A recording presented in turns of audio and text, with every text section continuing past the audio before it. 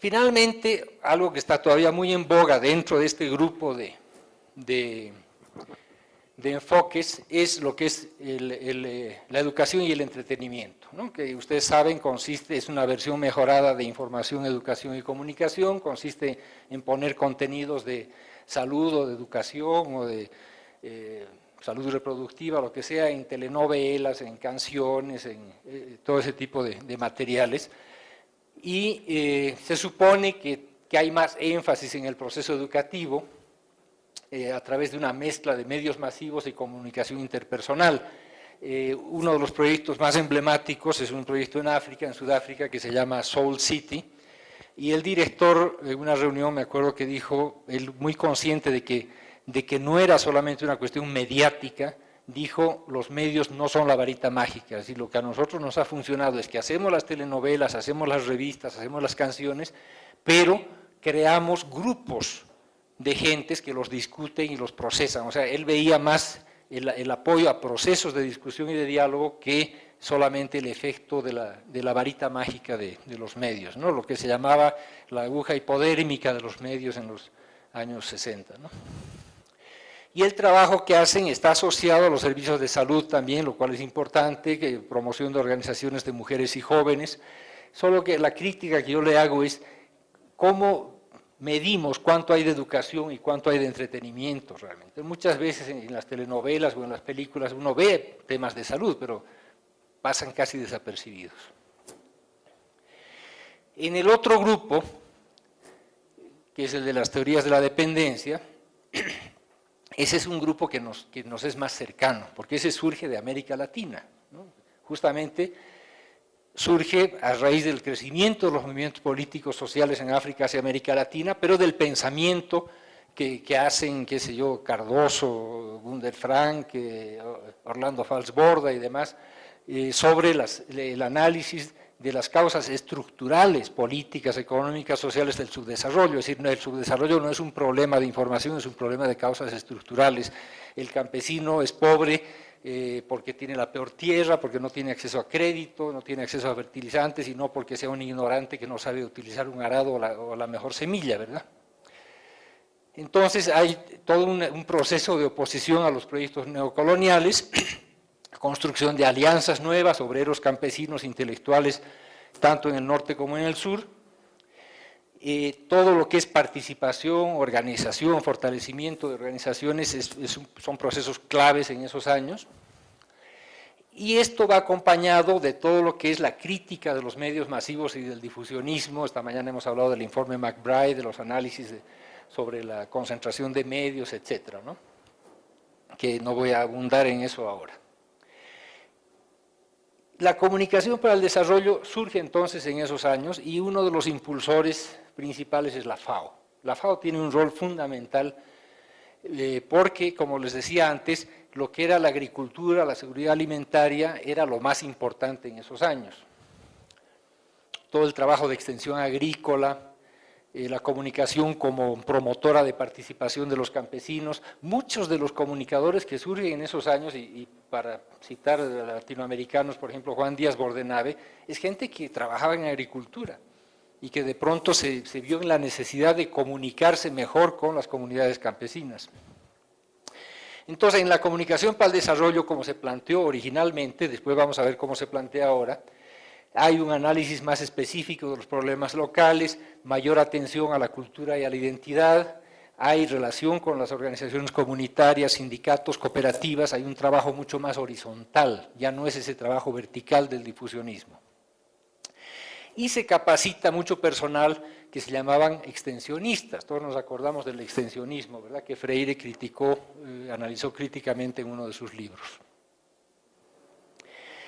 Se usan todavía los medios masivos, pero con criterios más específicos, ¿no? Se usan más medios locales, estatales, etc.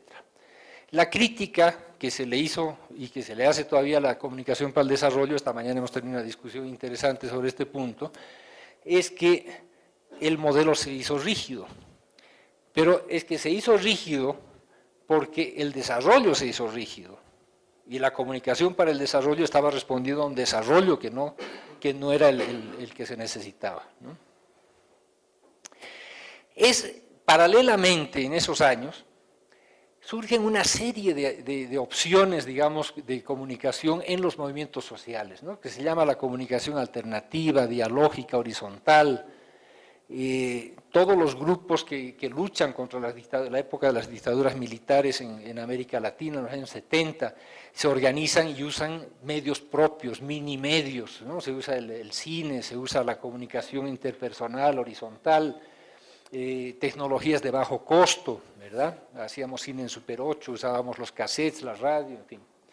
Entonces, un florecimiento de experiencias de base que es muy interesante. En Bolivia, pionera con las radios mineras, por ejemplo, desde el año 48-49. Y paralelamente hay una desmitificación de las herramientas y la tecnología de la información.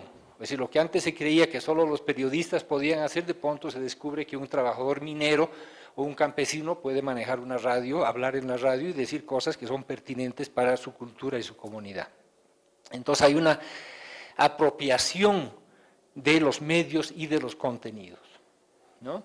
Y esto es paralelo, obviamente, al desarrollo de un sentido crítico hacia los medios, desmitificación de los medios, ¿no? Los medios no es que siempre digan la verdad, nosotros tenemos nuestra verdad y queremos decirla.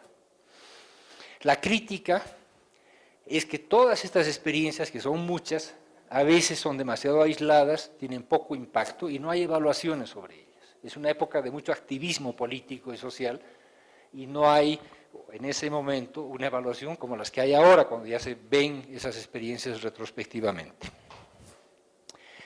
Todo esto está enmarcado en lo que es la comunicación participativa y vemos que hay un encadenamiento, es decir, una y otra tienen puntos comunes en todo lo que tiene que ver con cómo se involucran a las organizaciones sociales comunitarias, cómo los medios y los contenidos se definen democráticamente en la comunidad, lo que es el fortalecimiento de las redes sociales, y cuando se toma conciencia de que el proceso de comunicación es más importante que los productos.